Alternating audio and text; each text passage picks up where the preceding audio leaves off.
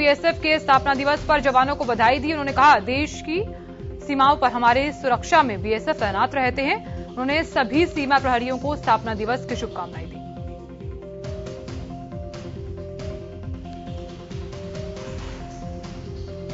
उधर Karnal rest house में पहुंचे मुख्यमंत्री मनोहर लाल ने पत्रकारों से बातचीत की। इस दौरान सीएम ने किसान आंदोलन के सवाल पर जवाब देते हुए कहा कि किसानों को जल्द ही निमंत्रण देंगे। हम समाधान के काफी नजदीक पहुंच गए हैं। मुलाकात में किसानों पर दर्ज मुकदमे पर भी बात होगी। सीएम ने कहा कि वो किसानों से दोबारा अपील करते हैं कि उन्हें अब घर चले जाना चाहिए।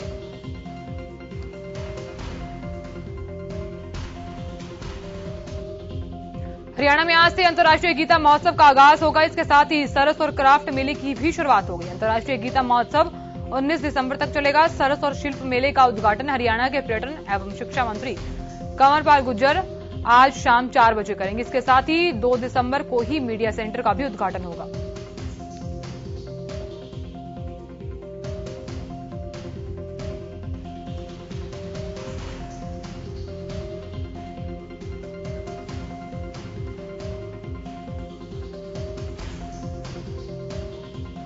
हरियाणा में कोरोना के 24 नए मामले सामने आए। प्रदेश में नए मरीजों की पहचान के बाद प्रदेश में कुल 146 एक्टिव मरीज हैं। गुरुग्राम में कोरोना संक्रमण के 11 नए केस मिले हैं, जबकि फरीदाबाद में कोरोना के 4 मरीजों की पहचान हुई है।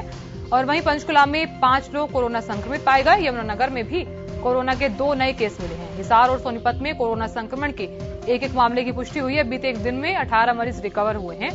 राहत की बात यह है कि प्रदेश के 16 जिलों में कोई नया केस सामने नहीं आया।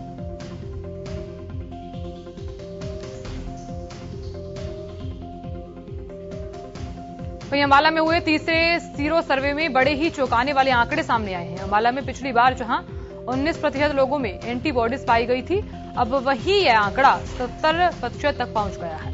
तीसरे सीरो सर्वे में 2407 सैंपल लिए गए थे। स्वास्थ्य विभाग के अनुसार वैक्सीनेशन लोगों में एंटीबॉडी बनाने में काफी मददगार साबित हो रही है। पूरे हरियाणा में तीसरों सीरे सर्वे में औसतन 76% रही और इस सर्वे में इस बार 17 साल से कम उम्र के बच्चों को ज्यादा शामिल किया गया।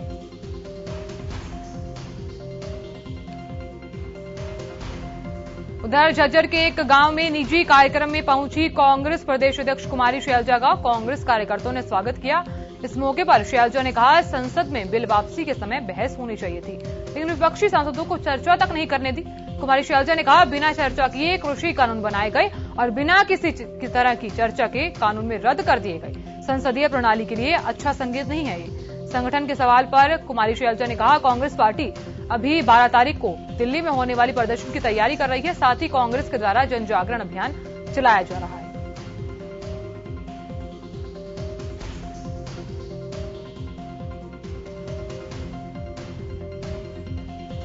उधर फतेहाबाद जिले के जवाहरचौक इलाके में दुखद हादसा हुआ। दरअसल दुकान की सफाई करते समय लिफ्ट टूटने से 10 वर्षीय बच्चे की मौत हो गई। वहीं 15 वर्षीय किशोर घायल हो गया। मौके पर मौजूद लोगों ने घायल को अस्पताल में भर्ती करवाया है।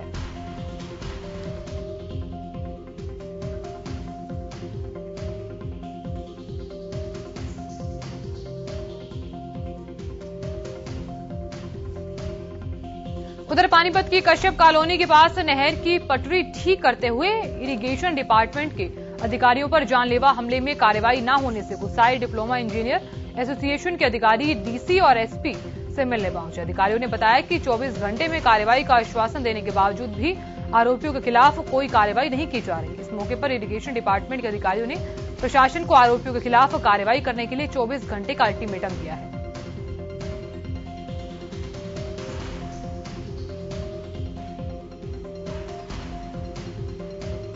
पानीपत के गांव बहौली से बाल विवाह का मामला सामने आया। मौके पर लोगों ने संबंधित अधिकारी को इसकी सूचना दी। अधिकारी अपने दल बल के साथ मौके पर पहुंचकर शादी को रुकवाया गया।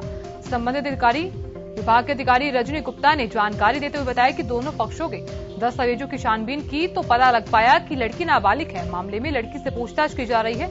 वहीं लड़की मूल रूप से छत्तीसगढ़ की रहने वाली बताई जा रही है। बाल विवाह के मामले में अगर लड़की के परिजन अपने पुख्ता दस्तावेज जिला प्रोटेक्शन अधिकारी के सामने रखते हैं तो लड़की को छोड़ दिया जाएगा, नहीं तो छानबीन के बाद परिवार वालों के खिलाफ कार्रवाई की जाएगी।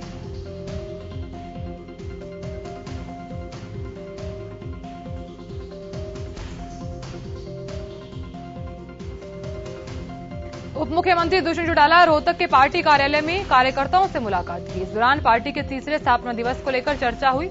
9 तारीख को झज्जर में जेजेपी की स्थापना दिवस रैली का आयोजन होना है। इस दौरान दुष्यंत ने एचपीएससी रिश्वत मामले में कांग्रेस पर निशाना साधते हुए कहा कि सूटकेस से प्रदेश में किसानों को लूटने वाले लोग हम पर आरोप लगा रहे हैं। साथ ही कहा कि एलनाबाद उपचुनाव के परिणाम कांग्रेस पार्टी के लिए अलर्ट वाले हुड्डा के बयान पर उप मुख्यमंत्री दुष्यंत चौटाला का कटाक्ष।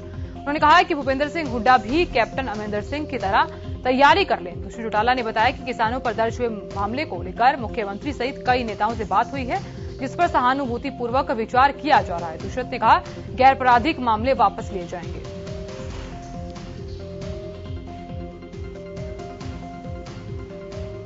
उधर फेसबुक पर हुई दोस्ती, प्यार और लव मैरिज का दर्दनाक अंत हो गया। यमुनानगर के गांधीनगर थाना क्षेत्र में 23 वर्षीय पिंकी की उसके पति ने हत्या कर दी। महिला का शव कमरे से मिला और उसके गले पर निशान बने हुए थे।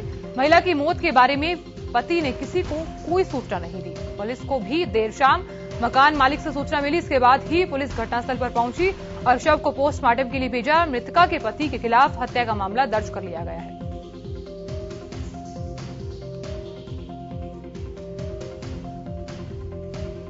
और वहीं सीएम मनोहर लाल ने कोरोना के नए वेरिएंट को लेकर चिंता जाहिर की है। आपको बताएं, हरियाणा में कोरोना का नया वेरिएंट ना पहुंच सके, इसके लिए कोशिश की जा रही है, लेकिन अगर कोई केस मिलता है तो इससे निपटने के लिए हरियाणा सरकार तैयार है।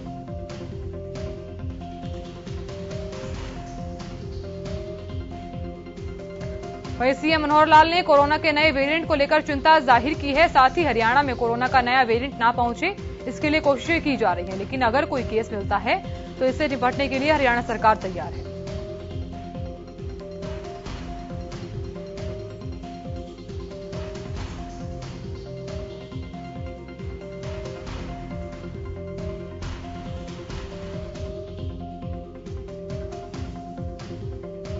उधर स्वास्थ्य मंत्री अनिल विज का बयान सामने आया। दरअसल कोरोना के नए वेरिएंट को लेकर स्वास्थ्य मंत्री अनिल विज ने बयान दिया। उन्होंने कहा कि कोरोना के नए वेरिएंट को लेकर स्वास्थ्य विभाग की तैयारी पूरी है। उनका कहना है कि जरूरत पड़ने पर नए नियम लागू किए जाएंगे।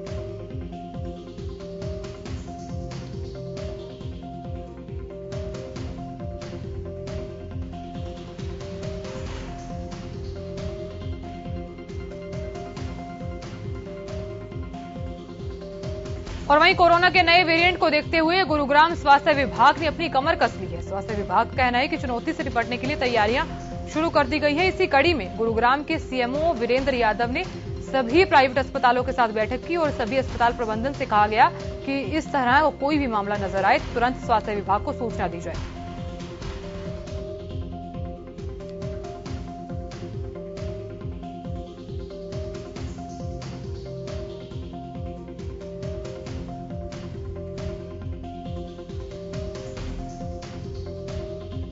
और वहीं कोरोना के नए वेरिएंट को लेकर करनाल में स्वास्थ्य विभाग की टीमें अलर्ट पर हैं। बताया जा रहा है कि स्वास्थ्य विभाग को 80 लोगों की लिस्ट मिली है जो विदेश से आए हैं, जिसमें 71 लोगों की पहचान हो चुकी है। बताया जा रहा है कि कोरोना के हाई रिस्क वाले देश से आने वाले लोगों को आइसोलेट किया जाएगा और 8वें दिन सैंपलिंग की जाएगी। स्वास्थ्य विभाग के अधिकारी ने लोगों से कोरोना की दोनों डोज जल्द से जल्द लगवाने की सलाह दी है।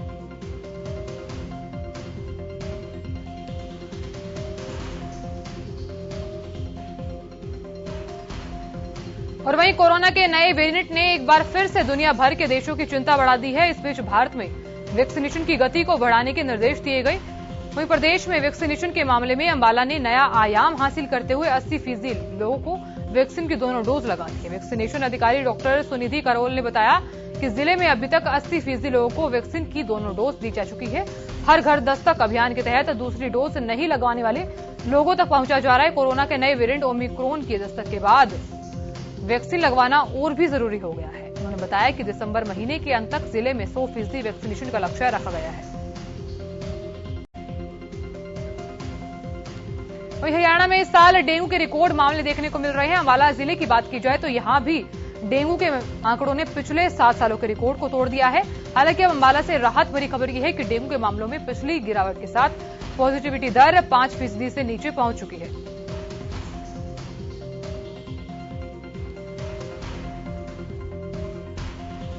वहीं अंबाला जिले में अब तक डेंगू के कुल 676 मामले दर्ज हुए हैं। स्वास्थ्य अधिकारी डॉक्टर संजीव सिंगला ने बताया कि अब डेंगू के मामलों में गिरावट के बाद स्थिति सुधर चुकी है। पॉजिटिविटी रेट गिरकर 5% रह गई है, जो कि पहले 40% से ऊपर थी। उन्होंने कहा, उम्मीद है कि जल्द ही अंबाला डेंगू से पूरी तरह मुक्त हो जाएगा।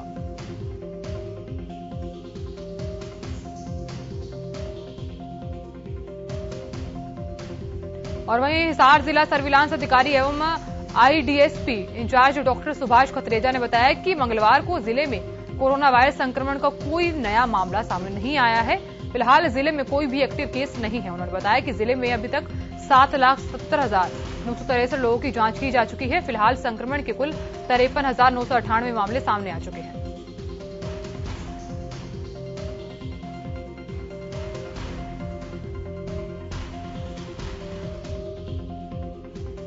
वहीं deputy civil surgeon doctor Subhash Khatreja ने बताया कि जिले में मंगलवार को डेंगू संक्रमण का एक नया मामला सामने आया है। इसके साथ ही जिले में डेंगू संक्रमित मरीजों का आंकड़ा 49 हो गया है। उन्होंने बताया कि अभी तक 5,433 डेंगू आशंकित लोगों के सैंपल लिए गए हैं, जिसमें से 987 लोगों ने डेंगू का संक्रमण मिला है। उधर बरारा कोहरे के चलते रेलवे विभाग ने ट्रेन नंबर 14,521 और 14,522 को बिना नोटिस दिए 1 दिसंबर तक बंद कर दिया। बताया जा रहा है कि ये ट्रेन अंबाला से दिल्ली तक जाती है, जिसके चलते दैनिक यात्रियों को भारी परेशानियों का सामना करना पड़ रहा है। वहीं यात्रियों का कहना है कि बराड़ा से साथ लगते लगभग 50 गांव के मजदूर अपने परिवार का पालन पोषण के लिए यमुनानगर फैक्ट्री में मजदूरी करने जाते हैं। उनकी तनख्वाह 10,000 से भी कम है, जो प्रतिदिन बराड़ा से यमुनानगर का बस का किराया वहन नहीं कर सकते। यात्रियों ने रेलवे विभाग से अपील करते हुए कहा कि अंबाला से सहारनपुर तक सुबह पैसेंजर ट्रेन चलाई जाए, जिससे मजदूर वर्ग अपने काम पर जाकर परिवार का जीवन यापन कर सके।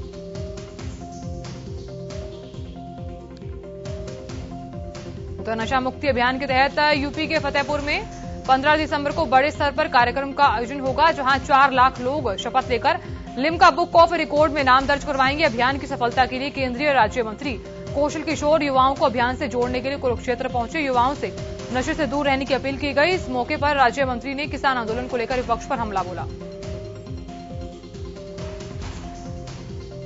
उधर हरियाणा में महिलाओं को अपने अधिकारों के प्रति जागरूक करने के लिए हरियाणा पुलिस की महिला टीम प्रदेश भर के अलग अलग जिलों में जाकर महिलाओं को जागरूक करने का काम कर रही है। रेवाड़ी के मसानी गांव में भी जागरूकता कार्यक्रम का आयोजन किया गया, जहां महिला पुलिस टीम ने स्कूल और कॉलेज में पढ़ने वाली छात्राओं को अपराध के प्रति जागरूक किया। साथ ही साइबर क्राइम के साथ होने वाले अपराधों के बारे में भी जागरूक किया गया।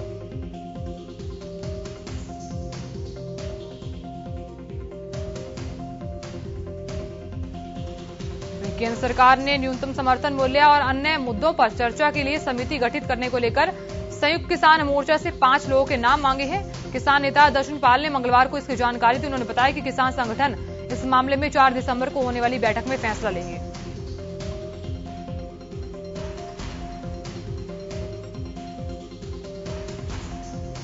वहीं संयुक्त किसान मोर्चा ने बताया कि केंद्र सरकार की ओर से पंजाब किसान संघ के नेता को एक फोन कॉल आया था।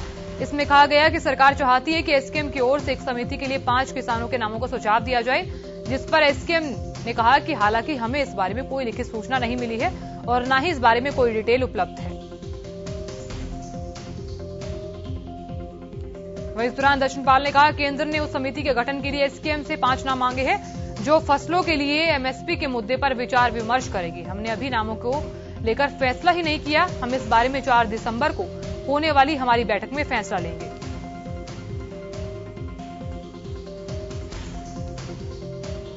हरियाणा की टूटी सड़कों पर बसों की समस्या से जूझते छात्र छात्राओं का सबर का बांध अब टूट गया है, जिसके बाद फतेहाबाद के भट्टू कला के बस स्टैंड पर छात्रों द्वारा सरकार के विरोध में जमकर नारेबाजी की जा रही है।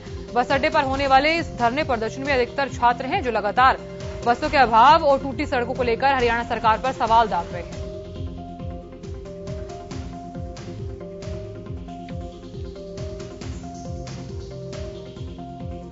उधर हरियाणा लोक सेवा आयोग भर्ती फर्जीवाड़े की जांच में लगी विजिलेंस टीम ने सोमवार को भिवानी के चौधरी बंसीलाल यूनिवर्सिटी में दस्तक दी। टीम यहां एग्जाम कंट्रोलर से रिकॉर्ड की भी मांग की गई है। बता दें कि एचपीएससी के उप सचिव अनिल नागर और इसकी गैंग के तार भिवानी बोर्ड और यूनिवर्सिटी से जुड़ने के बाद भिवानी विजिलेंस के निशाने पर है।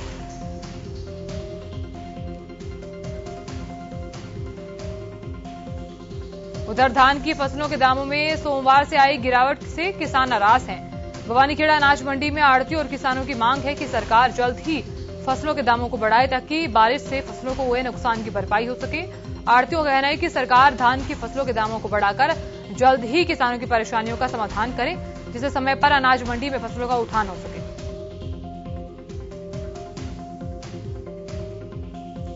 उधर खेतों में प्रयोग होने वाली पेस्टिसाइड के कारण कैंसर, शुगर और हार्ट अटैक जैसी दर्जनों बीमारियां फैल रही हैं, जिसको लेकर प्रदेश सरकार किसानों को जागरूक करने के साथ साथ जहर मुक्त खेती करने के लिए प्रोत्साहित कर रही है। सोनीपत जिले में ऑर्गेनिक और जहर मुक्त खेती करने वाले 82 किसानों को चिन्हित किया गया।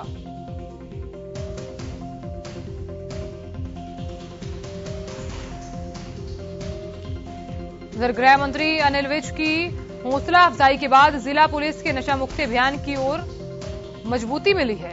किमनगर के सिविल अस्पताल में 12 बेड के ड्रग डी एडिक्शन वार्ड में कल से उद्घाटन किया जाएगा। Civil surgeon doctor Vijay Dahiya ने सिविल अस्पताल में तैयार किए जा रहे ड्रग डी एडिक्शन वार्ड का दौरा किया।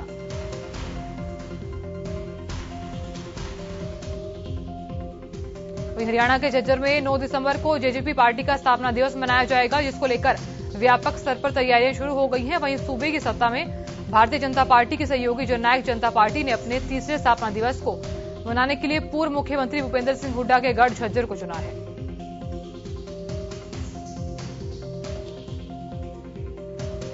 जहां इंद्री स्थित सिंचाई विभाग के विश्राम गृह में जेजेपी पार्टी के वरिष्ठ नेताओं समेत सभी पदाधिकारियों और कार्यकर्ताओं ने मीटिंग में भाग लिया और 9 दिसंबर को होने वाले स्थापना दिवस के विषय में विचार विमर्श किया।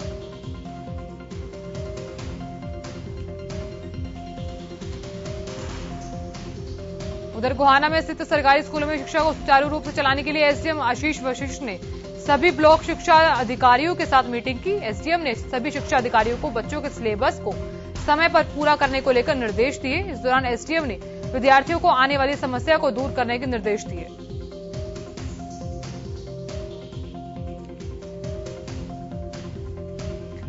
उधर सोनीपत के एक खेत में जलभराव होने के कारण किसान अपनी धान की फसल देरी से कटाई करवा पाए हैं। सोनीपत में जहां पीआर की खरीद 15 नवंबर तक निर्धारित की गई थी, ऐसे में किसान अपनी पीआर धान की फसल को कटवाकर अनाज मंडी में बेचना चाहते हैं।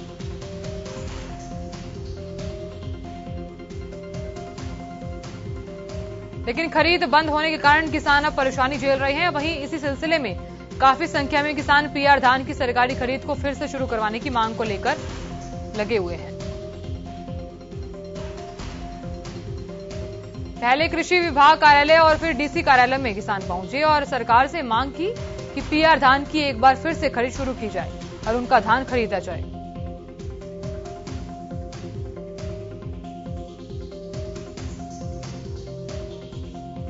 उधर सिरसा में मुख्यमंत्री अंत्योदय ग्राम उत्थान मेले का आयोजन किया जा रहा है, जिसमें कैबिनेट मंत्री चौधरी रणजीत सिंह चौटाला ने शिरकत की। इस दौरान कैबिनेट मंत्री ने कहा, मेले का उद्देश्य शहरी और ग्रामीण क्षेत्रों में गरीब परिवारों की आय को 1,80,000 रुपए ऊपर लेकर जाना है।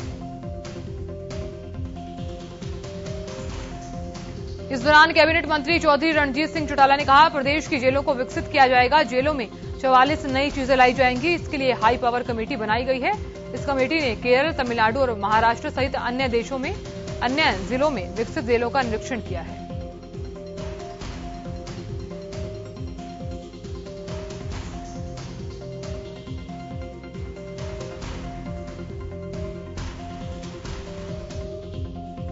उधर पलवल जिले में मुख्यमंत्री अंत्योदय परिवार उत्थान योजना के अंतर्गत मंगलवार को नेताजी सुभाष चंद्र बोस स्टेडियम में अंत्योदय ग्राम उत्थान मेले का आयोजन किया गया। बताएं आपको कि मेले का शुभारंभ विधायक दीपक मंगला ने किया। इस दौरान जिला उपायुक्त कृष्ण कुमार, अतिरिक्त उपायुक्त उत्तम सिंह, उपमंडल अधिकारी वैशाली सिंह भी मौजूद रही। वहीं उपमंडल अधिकारी वैशाली सिंह ने कहा, मुख्यमंत्री मनोहर लाल की महत्वाकांक्षी योजना है।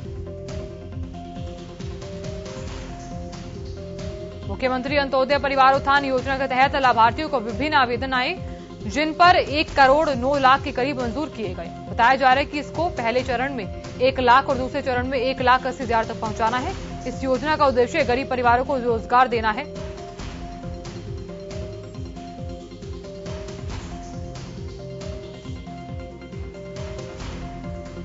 उधर खेड़ी मारकंडा गांव में अंत्योदय मेले का आयोजन कर लाभपात्रों को सरकार की योजना से सीधे तौर पर लाभान्वित कराया जा रहा है। बता दें कि योजना के तहत गरीब परिवारों की वार्षिक आय को 1,80,000 तक पहुंचाने का लक्ष्य लिया गया है। सरकार का कहना है कि इस योजना के तहत लघु उद्यमियों को बढ़ावा दिया जा सकता है।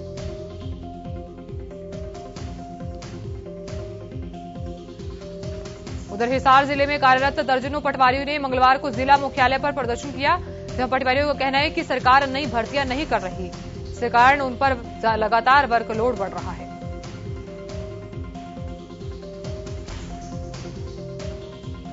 और वहीं बलबीर सिंह जाजड़िया ने बताया कि पटवारी के मंजूर पद लगातार खाली होते जा रहे हैं, लेकिन सरकार पदों पर भर्तियां नहीं कर रही। तो वहीं पटवारियों ने कहना है कि अगर उनकी मांगों पर 15 दिसंबर तक काम नहीं हुआ तो 16 दिसंबर को फिर से धरना प्रदर्शन किया जाएगा।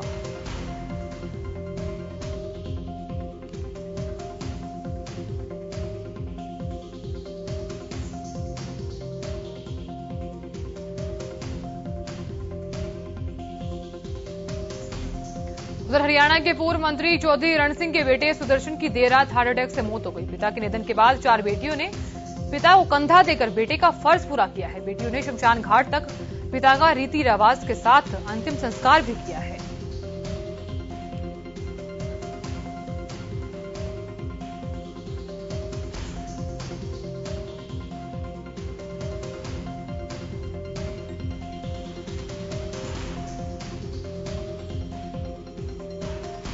उधर फतेहाबाद के धांगड़ गांव में ओनर किलिंग का मामला सामने आया। बताया जा रहा है कि 1 साल पहले गांव धांगड़ की युवती शिक्षा और उसी गांव के रहने वाले अनूप ने प्रेम विवाह किया था। 1 साल बाद 30 नवंबर को शिक्षा अपने परिजनों से मिलने के लिए पहुंची। आरोप यह है कि युवती शिक्षा के परिजनों ने देर रात उसकी हत्या कर दी। वहीं बताया जा रहा है कि 30 नवंबर को गांव के शमशान घाट में उसे ले जाया जा रहा था। शिक्षा के पति अनूप ने इसकी जानकारी पुलिस को दी। पुलिस ने मौके पर पहुंचकर शव को चिता से बाहर निकालकर पोस्टमार्टम के लिए फतेहाबाद के नागरिक अस्पताल भिजवा दिया। पुलिस ने युवती के पति अनूप की शिकायत पर युवती के पिता, मां और चाचा सहित 5 लोगों के खिलाफ मामला दर्ज कर लिया है।